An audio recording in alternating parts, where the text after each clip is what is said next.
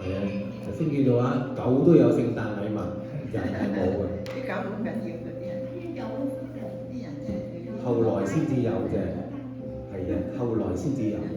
我呢個 video 啊。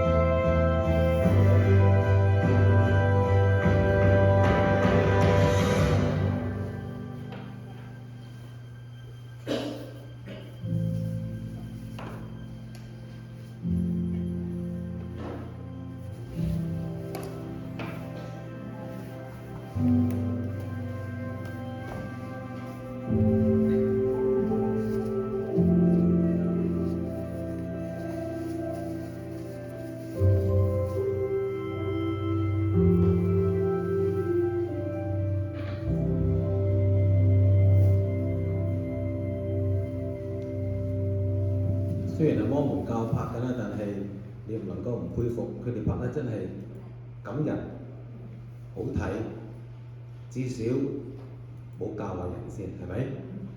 係即係從物質世界去到呢個神修嘅境界。好啦，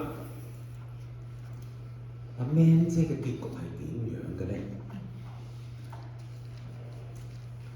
即係睇劇就要追落去啊嘛，係咪？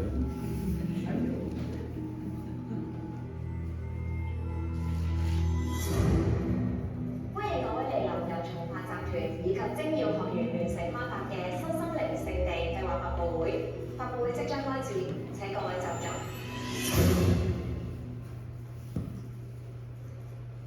我俾全程跟實我微信，可以拍低晒個所有情態。我哋有請新心靈聖地總監鄭志和先生，以及合作夥伴精耀學院創辦人雲光大師。不如我哋請鄭生講幾句先。新心靈聖地係全港第一個結合咗地產同心靈健康項目，非常之有意義，亦都好開心可以同精耀學院合作，而我自己亦都有親身體驗過，確實真係令到個人好富足。希望能夠將呢一種忠實帶俾全香港市民。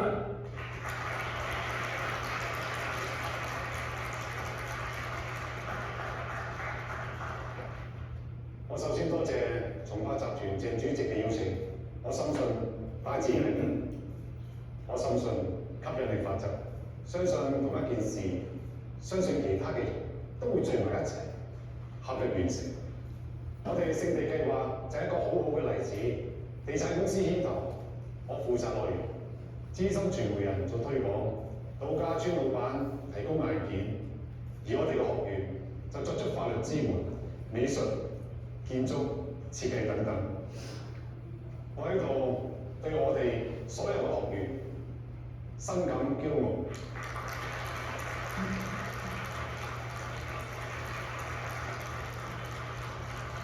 大師，公開平台記者留言，我有問題想問你。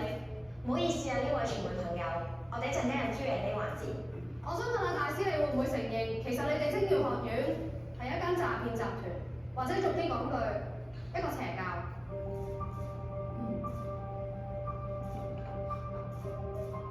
佢認為啦，香港法例對邪教冇作出定義，所有信仰團體只要冇違法，就係社團條例嘅合法團體。真係冇違法。但係據我哋嘅調查所得，你哋涉嫌施用毒藥，用欺騙嘅手段去獲得你哋嘅財產，仲有洗黑錢。你冇證冇據，冇有合理憑證。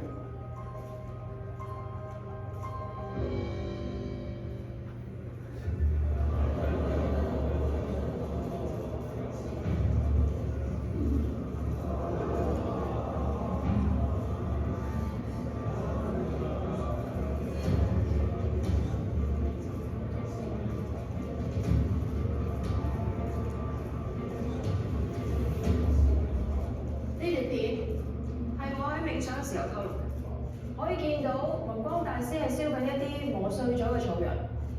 我哋已經做咗化驗，學院裏邊燒嘅草藥係一種叫曼陀羅花嘅迷幻藥，就係呢一種藥物令到啲學員產生幻覺、神志不清，令到佢哋身體軟弱無力。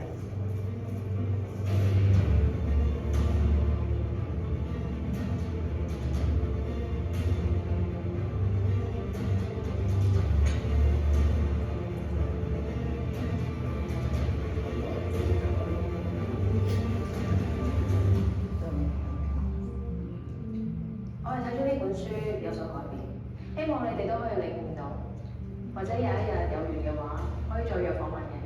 真係冇計啊！叫極佢都唔走，就俾咗本書我哋翻嚟，叫我哋翻嚟睇。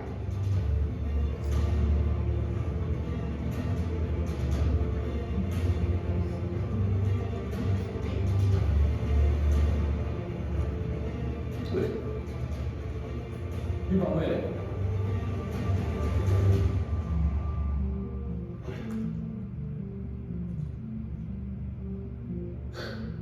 馬偉生，我真係唔夠你玩。飛爺，你癲佢都未癲啊！阿生一定將啲白水有嘢叫你開快，佢做咁我睇。曼陀羅花係佢用嚟導我哋進入冥想嘅工具，我相信佢身上都有袋住。我哋 SAK 查到精耀學院通過幾個離岸戶口轉移所有聖地計劃嘅錢，入晒去你宏光嘅私人帳戶入邊。嘉賢姐，點啊？查到啲咩啊？精耀真係有問題，不過呢單料我想自己報。大師有咩回應啊？證據確鑿，回應下。大家冇信佢，佢妖言惑眾。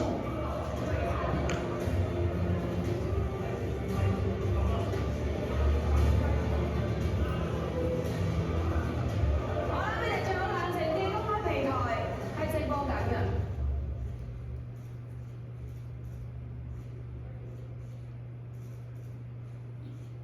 係，大家冷靜啲，我哋一齊影相嚇。我哋一齊影相。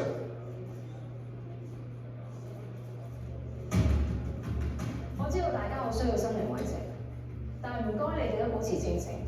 佢係一路利用緊你哋嘅啫。文輝心，你內心只不過係一個受驚嘅細路女啫。我要喺全香港嘅公眾面前揭露你最脆弱嘅一面。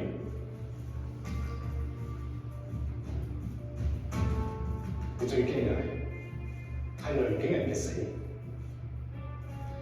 我係對梁景仁嘅死耿耿於懷，但係呢一個係我課題，我自己會面對。咁你細個咧，點解要倒數啊？你逃避緊啲乜嘢？每個人都有過去，我嘅過去成就咗我而家。無論我以前經歷過啲乜嘢，有幾慘痛經歷，我都願意接受。你咧？你改名做宏光大師，就係想忘記自己一切。你根本就係冇勇氣接受自己嘅失敗者。我成功，我冇逃避。趙文，中三學歷，一路都係做送貨、倉務員之類嘅散工。18歲串謀盜竊公司財物，判監2年。唔係我。之後出翻嚟，因為有案底，所以俾人睇唔起，唯有上網識女朋友，俾人勒索、影裸照，仲上埋報。你做咩啊？唔拍啦！咁都俾埋生包到，仲喺度幫佢投票咩？走啦！賣水晶，點知賣咗批次貨，索性開呢間精妙學院出嚟呃飯人，係咪啊？你夠啦！我所有學員都係支持我嘅，企喺我嗰邊。我有感人力嚟，操控人心。你冇，佢全部都相信我。係咩？你睇下佢哋。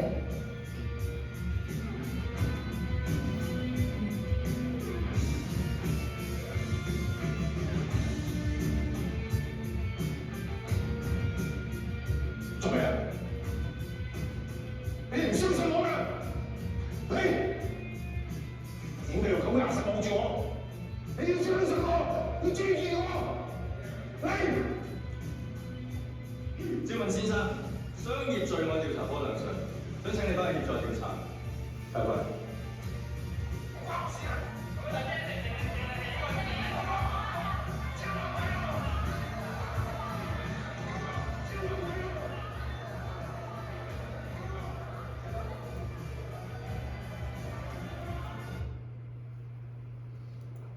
好了，一个人脆弱的时候呢，魔鬼就会来了，所以我们必须靠主耶稣来给我们力量，因为他第三日复活了。如果耶稣没有复活，我們沒有理由相信他。如果耶穌冇復活呢，我哋冇理由相信佢。好啦，聖經繼續就係佢升咗天，坐喺聖父嘅右邊。咩叫右邊呢？通常右邊係代表最重要嘅人物。嗱，如果你識得西方嘅餐桌禮儀呢，特別喺法國，長餐台，男主人、女主人，而係由女主人安排客人嘅坐嘅地方。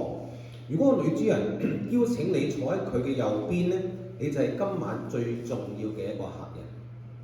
再去到西方，特別去到法國呢，人哋請你點樣坐就點樣坐，千祈唔好似我哋香港通常講隨便坐隨便坐，唔好客氣。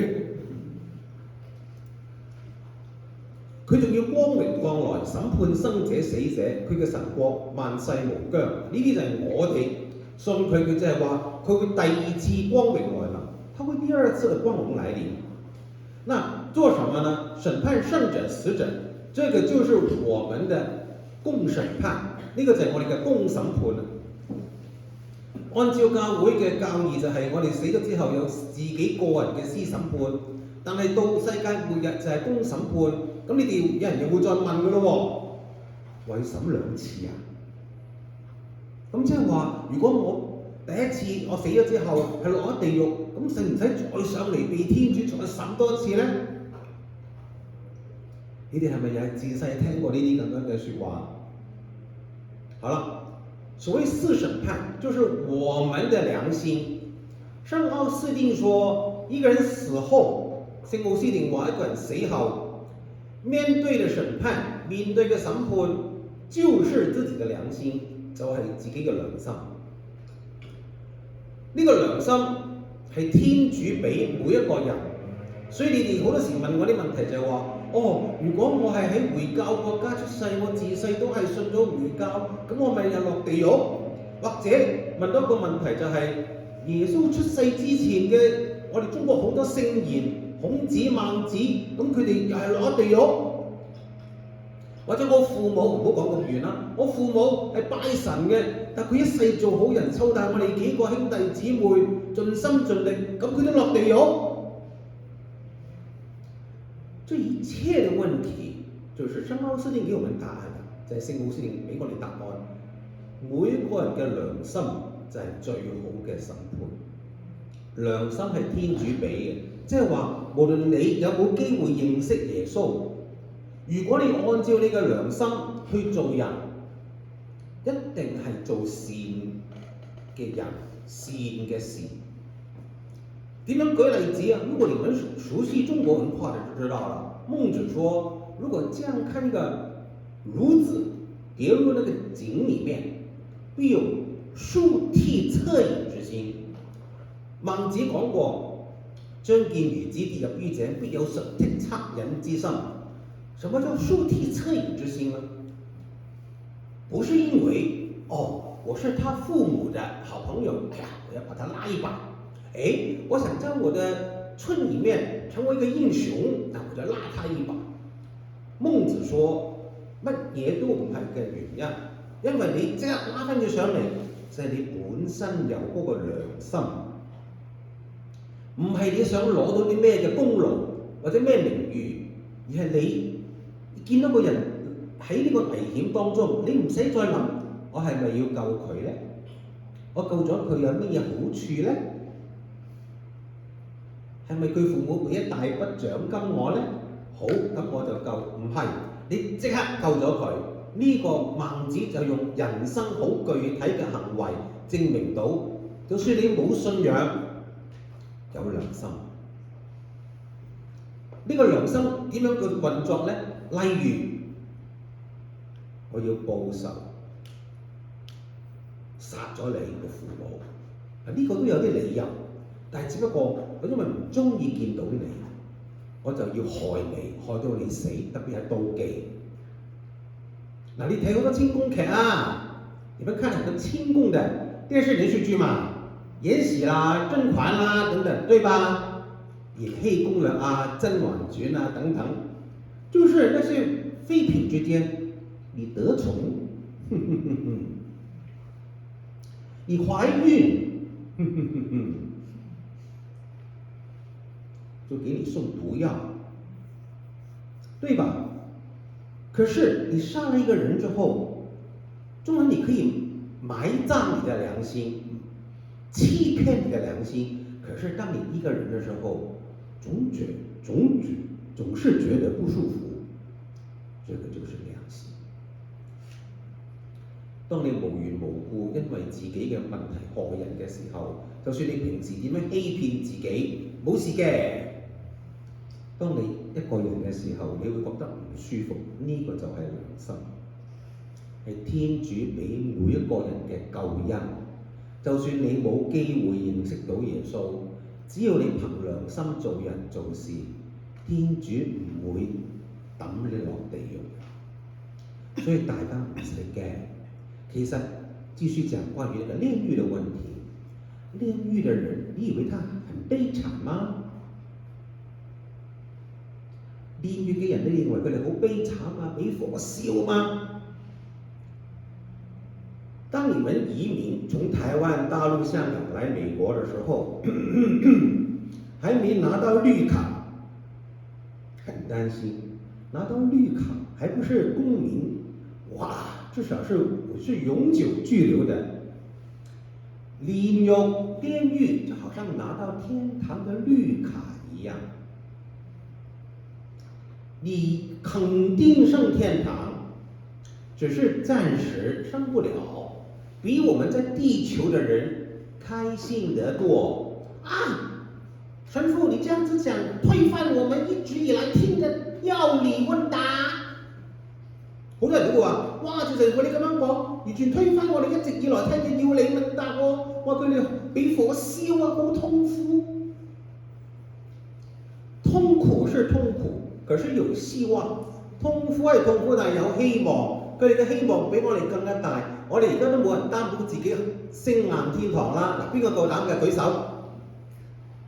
誰認為自己一死就直升天堂的舉手？可是煉獄的人一定舉手，因為他肯定上天堂嘛，因為佢肯定升天堂，佢唔會落地獄啊嘛。所以從這個邏輯，從呢個邏輯睇，煉獄嘅人係痛苦，佢個痛苦係嚟自乜嘢？他的痛苦來自什麼？教會所講嘅失苦啊，失去個失，即係話一個人死咗之後，面對哇！原來天主愛到咁樣嘅地步，將佢嘅獨生子送俾我哋，仲為我哋而死。我自己反而經常去背叛佢，但我又唔係做好多傷天害理嘅事，我暫時都係唔敢同佢一齊。呢個失去咗天主嘅愛，呢種苦呢，就係叫做失苦，但係佢哋係暫時嘅。咁至於喺煉獄幾多年啊？係咪獻彌撒就可以早升天堂？如果咁，咪真係又好似我哋聖教法典講得好清楚，彌撒或者係永生唔係用錢買翻嚟，即係天主嘅恩寵。所謂獻亡者彌撒，按照聖教法典就係、好老實講，嗰啲彌撒金係俾神職人員嘅交通生活費嚟。什麼彌撒金？就是按照聖教法典是給神職人員的交通伙食費，因為請他來做彌撒，他要開車坐車，他要吃飯。那什麼叫追思彌撒呢？有什麼意義呢？如果不是為那個亡者能夠早上天國，追思彌撒就係大家喺彌撒呢個永恆嘅祭獻裏邊，以復活嘅角度去睇我哋嘅死亡，一齊同亡者去讚美天主。所謂追思彌撒，不是說我獻一台，他就早生一天堂，不是，是在彌撒這個永恆聖祭裡面，以復活的角度來看我們的生命與死亡，然後我們跟亡者一起感謝天主賜給我們永生。所以我哋彌撒點解而家教宗都唔講呢個問題？為什麼額我勒彌撒現在教宗也不提呢？就是因為永生不是買回來的，永生唔係買翻嚟。一個人他死之前，他最後的一秒鐘，好像耶穌右面那個強盜一樣，還是悔改，天主不會把他拒於門外。當人臨死之前一秒鐘，仲係好似耶穌右邊嗰個強盜一樣悔改嘅時候，天主唔會將佢拒之於門外。這就是天主的慈悲，呢個就係天主嘅慈悲。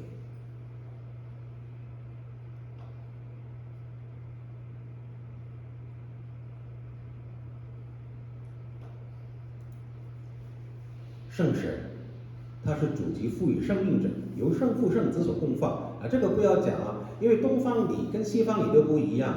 就是東方禮就是聖父化聖子，聖子化聖神。那西方禮我們羅馬教會就說聖父聖子所供放。那這個問題太詳細了，那今天不是講這個，主要我們要相信聖神，它是什麼呢？與聖父聖子同受慶寵，同享光榮等等。這個就是我也不繼續詳細的講了。很重要的是，我信唯一之生之公，從中途傳上來的教會。我哋嘅教會係唯一嘅、至聖嘅、至公。所謂公教 Catholic， 真正嘅翻譯唔係天主教，係公教，係全部人都適合嘅，因為我哋只有一個天主。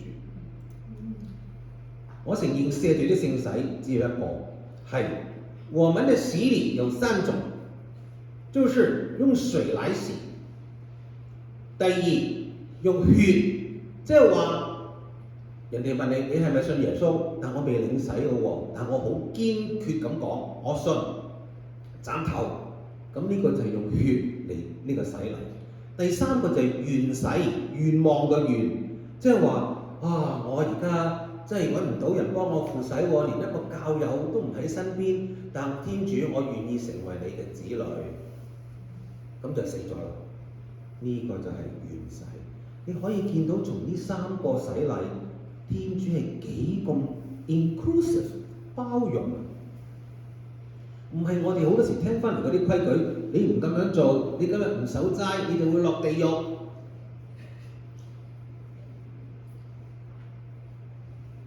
有人在笑，表示你戴了口罩，我們也聽到。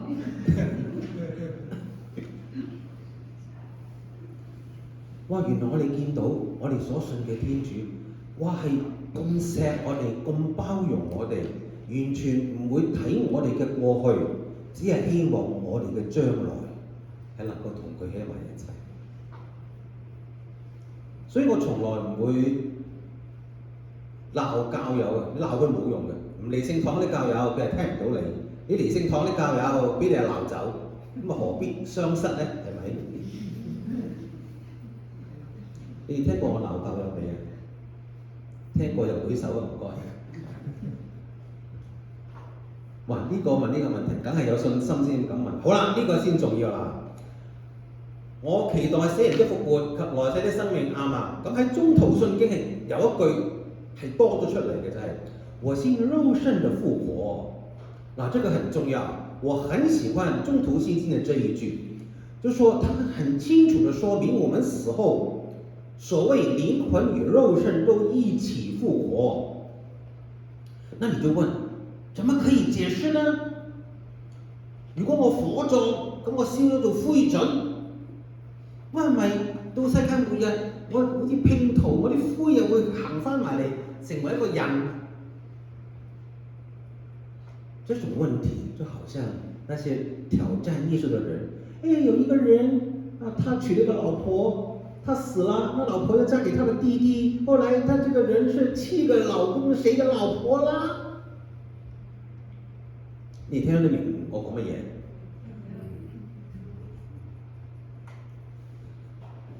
即係聖經裏邊耶穌講過嘅事，一個人娶一個老婆，咁個老公死咗，咁跟住佢嫁俾佢嘅細佬，你知呢個係羅馬嘅勒未法律嚇，唔係呢個係希伯來人嘅勒未法律，咁我就唔再詳細講啦。跟住7個兄弟都死晒，咁佢喺天堂邊個係佢老公？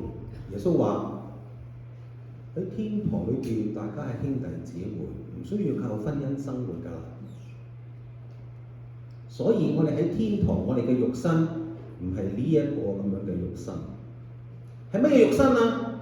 我哋教會傳統講嘅神速、神速、神透、神透、神見、神光，即係話能夠穿透一切嘅嘢，同埋唔受任何嘢限制嘅呢個肉身。所以從呢個嚟睇，我哋人死咗，呢個係我呢個人喺呢個地球上享受天主恩寵嘅一個媒介。當我哋享受完天主嘅恩寵之後，我哋就係轉化 transform 去到一個唔受任何嘢限制，又同天主永恆喺埋一齊嘅身體。所以火葬又好，土葬又好，到其實我哋一死咗之後，呢個真正嘅我已經同天主喺埋一齊。如果做好多作奸犯科嘅，就同魔鬼喺埋一齊。呢個就係我哋教會所講嘅萬民四末，萬民四末，是什麼？死亡、死亡、復活、復活，然後呢，天堂、天堂、地獄、地獄。即係話所有嘅人最後嘅4個結局，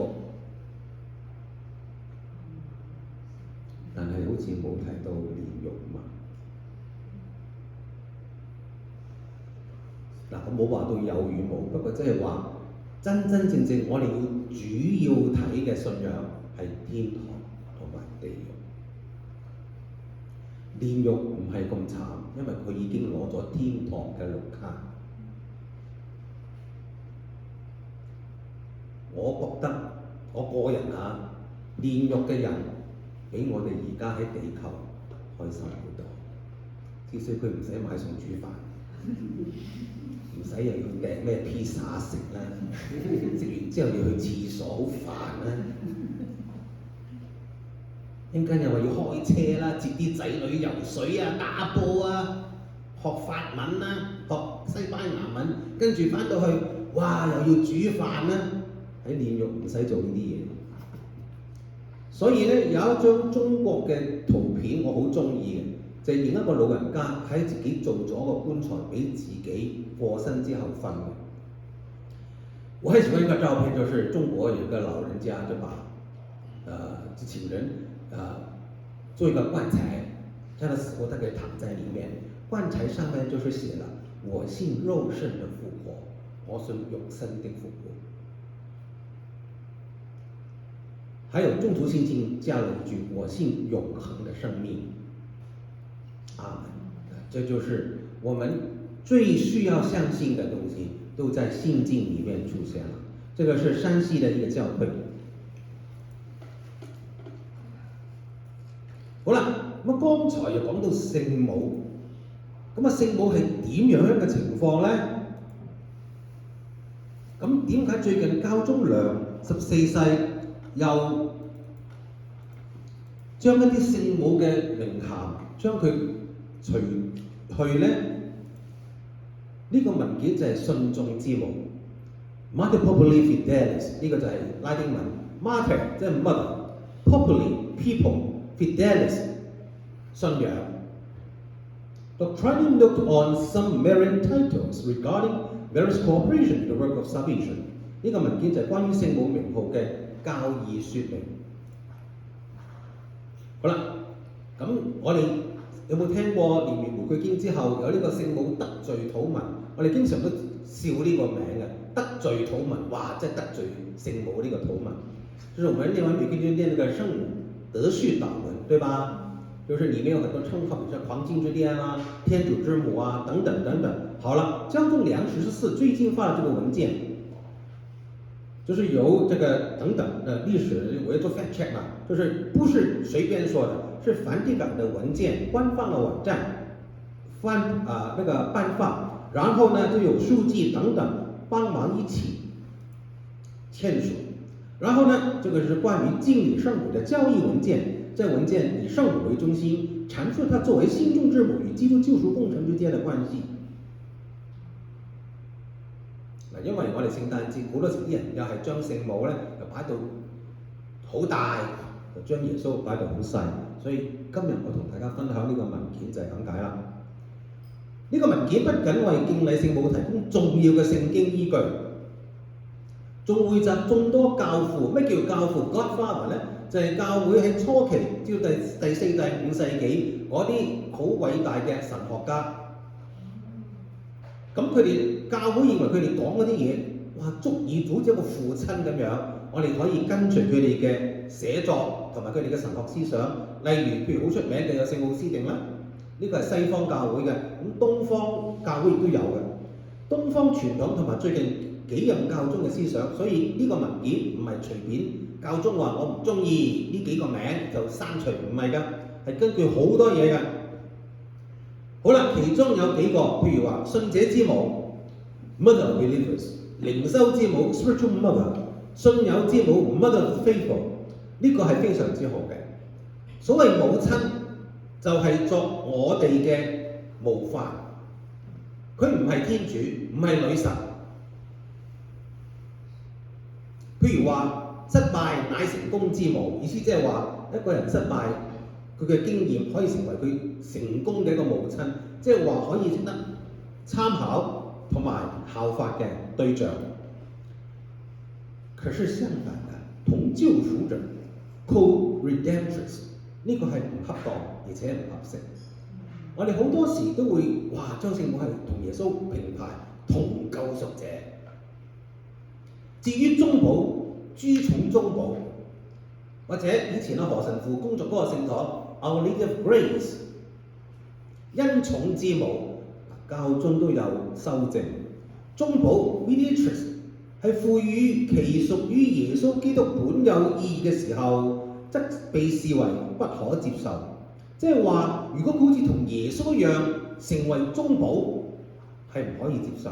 但係能夠彰顯基督能力嘅咧，就可以恰當使用。咩意思啊？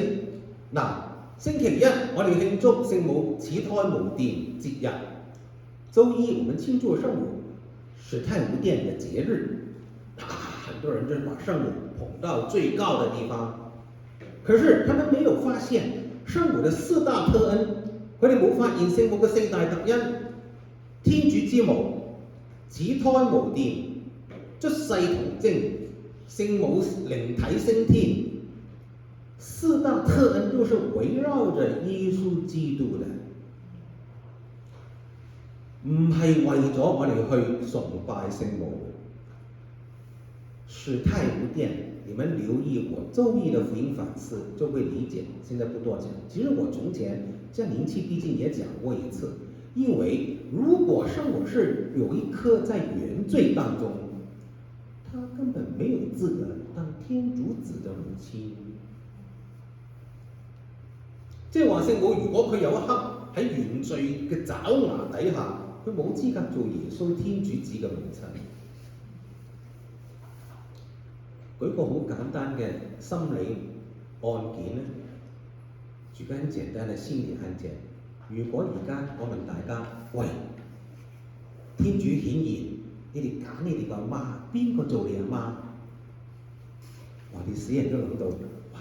點樣靚，點樣賢惠，點樣有知識，點樣好人，你乜都諗出嚟，希望我媽就係咁樣啦。呢個係咪啊？冇人會舉手反對我啦。就是如果天主顯現跟你們說，你們可以選擇一個人做你的媽媽，哇！你可以說一個美貌如花，又蕙質蘭心、賢惠的一個好女人，又會關心人，又多才多藝等等等等，文武雙全。何況要當耶穌的媽媽，所以她始態無顛，是天主給她這個特恩。還有天主之母，不是說哇，我那麼榮幸當天主的母親。特別係天主之母，唔係話哇我榮幸啊做天主嘅母親。No， 教會定呢個信條係話俾當時啲人聽，因為當時啲人話耶穌只係真天主，唔係真人。好多異端㗎，教會初期好多波瀾。有啲異端就話耶穌係真人，係後來俾天主契咗做契仔，唔係真天主，乜嘢異端都有。天主之母呢個名銜係講乜嘢啊？耶穌係真天主，又係真人，因為佢由一個女人所生。很多人又誤解了，天主之母是要崇拜聖母，你是天主的母親，多偉大？不是，這是要回答那個時候的異端。有些人說耶穌不是真人，有些人說耶穌不是真天主。那天主之母就是告訴這些人，耶穌是真天主，是真人，因為他是從一個女人生出來的。好了，繼續。恩寵之母 Mother Grace， 就是好像中間和尚說那個 Our Lady of Grace， 和諸寵眾寶 Mediatrix of all graces， 喺某啲明確意義下可被接受。但係文件對呢啲名號可能帶嚟嘅風險作咗詳細嘅説明。如果你哋有興趣睇呢，就去上網揾梵蒂岡嘅網站去睇，有英文有中文。總言之，這份文件重申天主教的教義，聖母所有的名號最終都指向基督嘅中心地位。好啦，咁聖母係出世童貞，又同基督有咩關係呢？意思即係話，聖母生前，即係生耶穌前、生耶穌嘅時候、生耶穌之後都係童貞，即係話佢唔通過任何男人而生呢個耶穌。呢個耶穌肯定係天主聖神嘅功勞。還有聖母升天，哎呀，她是女神啦，她升天啦，唔係，聖母是第一個基督徒，聖母係第一個基督徒。他靈體升天，佢靈體升天，就是告訴教會，就係話俾教會聽，每一個基督徒如果好似聖母一樣，忠心亦都終生跟隨耶穌。哇！我講嘅而家廣東話同埋呢個國語都混埋一齊，跟隨耶穌真係勁嗰啲中文。哇！阿 Cat 真係有聖神，係啊，你都有聖神。對，跟隨耶穌。OK 啊，冇問題。因為你兩樣都識啊嘛。大家都 get 到啦，冇 flow 嘛。我 get 唔到啊嘛，就係。就好似佢咁樣，死咗之後，佢嘅結局就係喺天堂。好了，那至於聖母升天有什麼聖經的根據呢？是不是今天要講的道理？如果你們去澳門那個大三巴那個牌坊上面就是有女人與龍的故事嗱。如果你們跟去就知道啦。好啦，咁講廣東話啦，即係話咧，澳門嘅大三巴上邊就係有聖母，即係女人與龍嘅寫喺上邊。咁你哋跟我去咧，就會知道點解嘅咩意思啦。正因為如此，聖母嘅名號要解釋，所以我要解釋啦。如果唔係，大家就以為人哋咁樣講啊，聖母升天，咁基督教兄弟姊妹就話啊，你哋拜聖母，聖母點會靈體升天咧？佢都係人，係罪人。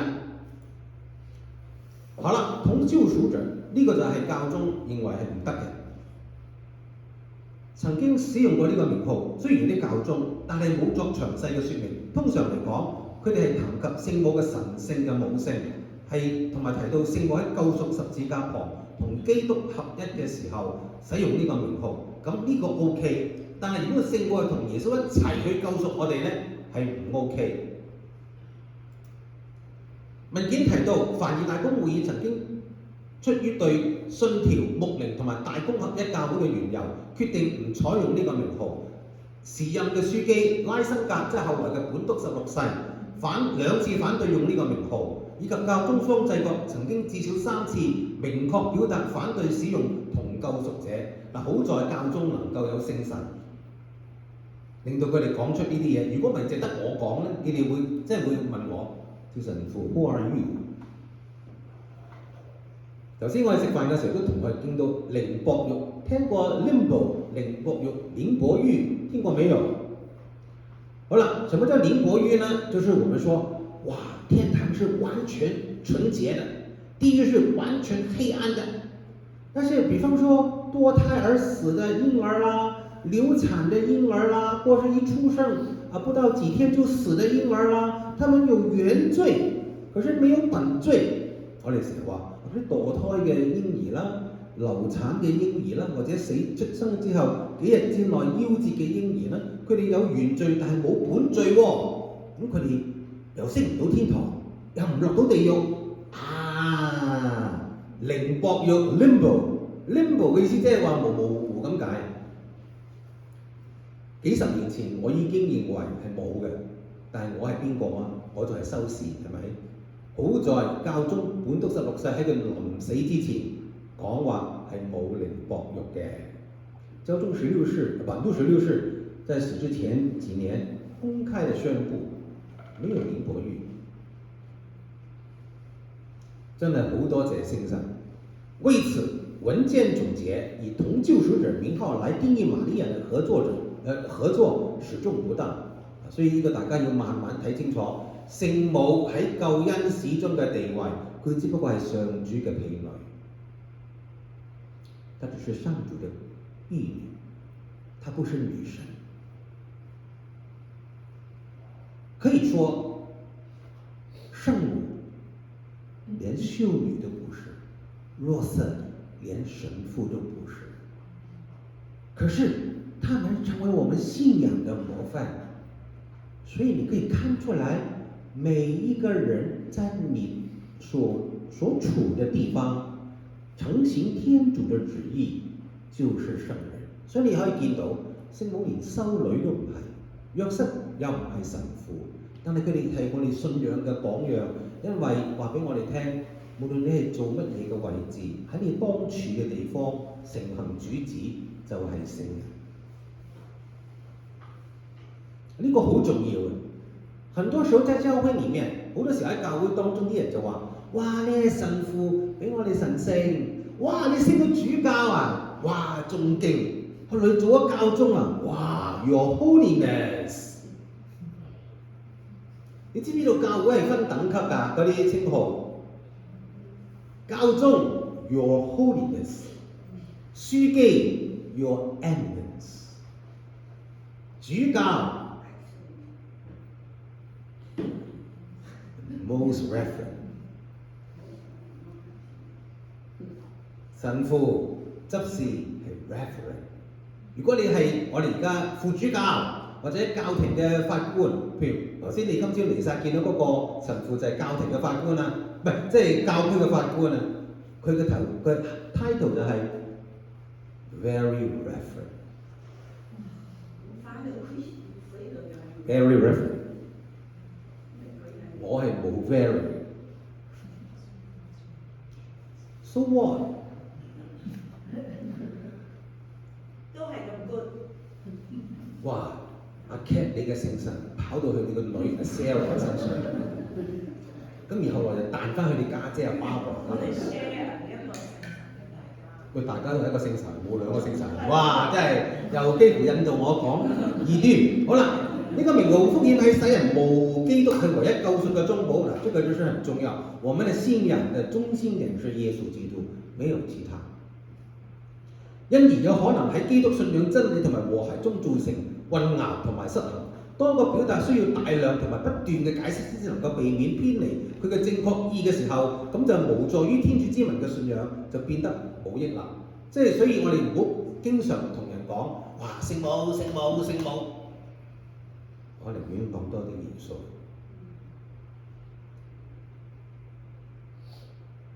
我記得有一次 Mother Teresa， 我記得有一次 Mother Teresa， 人家看到哇婆生人 Mother Teresa， 佢講乜嘢？我寧願佢哋講多啲耶穌，唔好講我。聖母都係一個上主嘅婢女。好啦，諸重中保。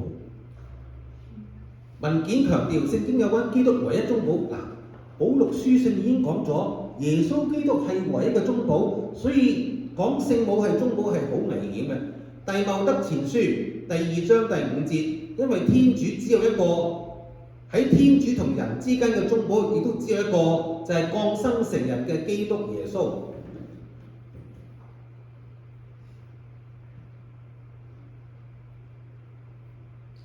有聖經根據㗎，真係唔係亂咁講嘅。因此，當呢啲名號自然冠於瑪利亞嘅時候，必然係要重述耶穌基督，唔可以佢就係獨當一面，我係諸重中保。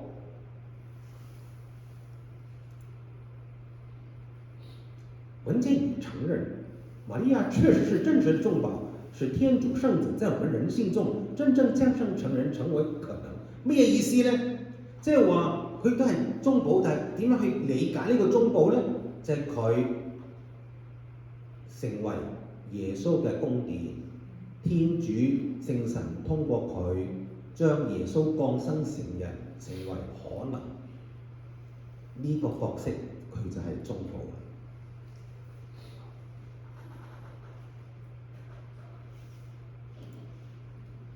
諸重中保，拉辛格書記即係後來嘅本篤十六世指出，諸重中保名號冇明確啟示嘅基礎，即係冇聖經嘅根據。文件進一步解釋，冇任何人，即使係宗徒或者係至聖童貞瑪利亞，能夠作為一切恩寵嘅分施者。話呢個係拉辛格書記當年嘅信理部長，佢係一個好出色嘅神學家所講嘅，即係話唔好再叫聖母去做諸重中保。唯有天主能夠賜恩寵，而係佢藉住基督嘅人性嚟完成呢個行動。咩意思啊？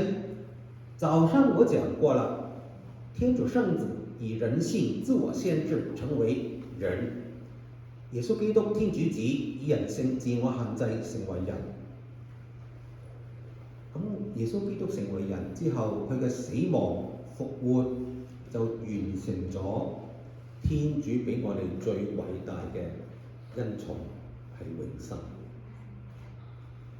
耶穌降生成人之後，以他的死亡復活，給我們啟示，天主給我們最偉大的恩寵就是永生。文件最後都承認，當恩寵一詞用嚟指瑪利亞喺我哋生命不同時刻所提供嘅母愛嘅時候，係可以接受，即係話佢不斷以母親嘅心懷去關心我哋，為我哋祈禱，呢、個可以講得通。所以我們念祈禱之後，就是比方說天主之母為我等祈。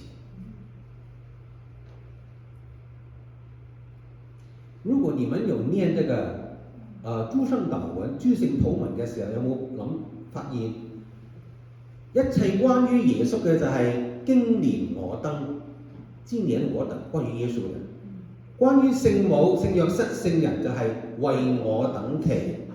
教會係分得好清楚，冇人可以經連我等，即係可以賜俾我哋呢個嘅慈悲，只係耶穌基督。好啦，咁呢個就係咧呢度附近一個家庭，佢佈置得好靚嘅馬槽。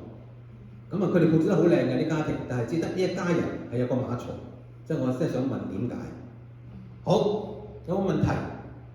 好 ，Maria。你話當恩寵係英文係乜嘢？恩寵係 grace。Most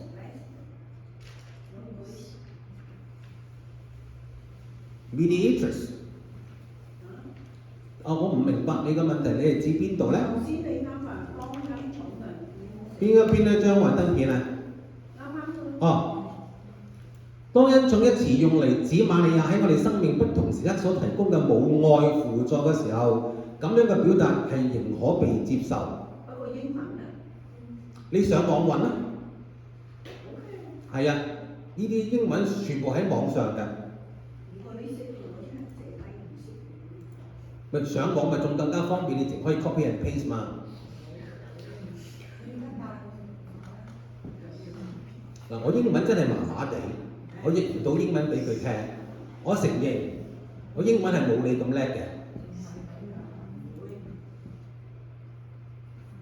你話唔會，唔代表我唔係。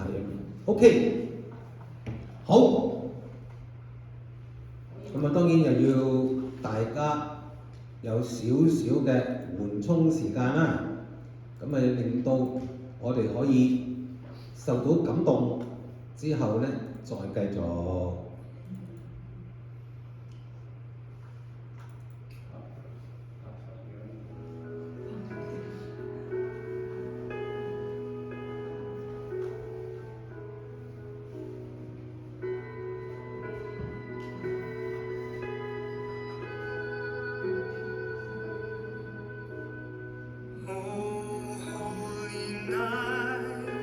The stars are brightly shining.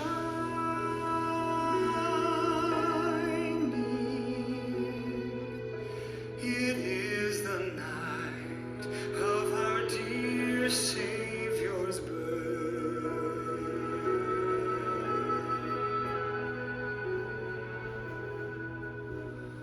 Long lay the world in sin and error pining,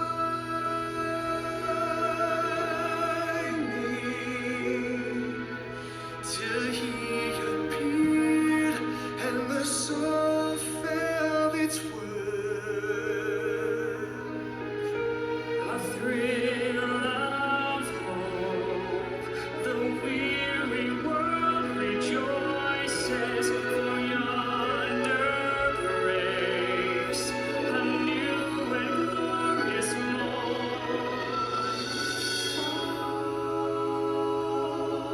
Fall on your knees,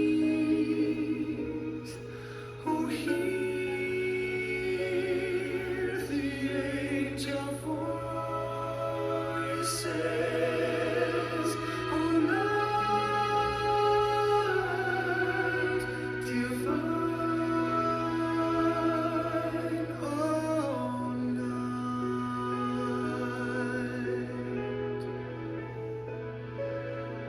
when Christ was born.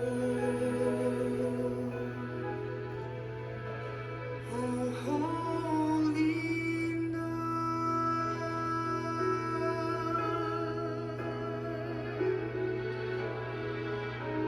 Truly He taught us to love one another.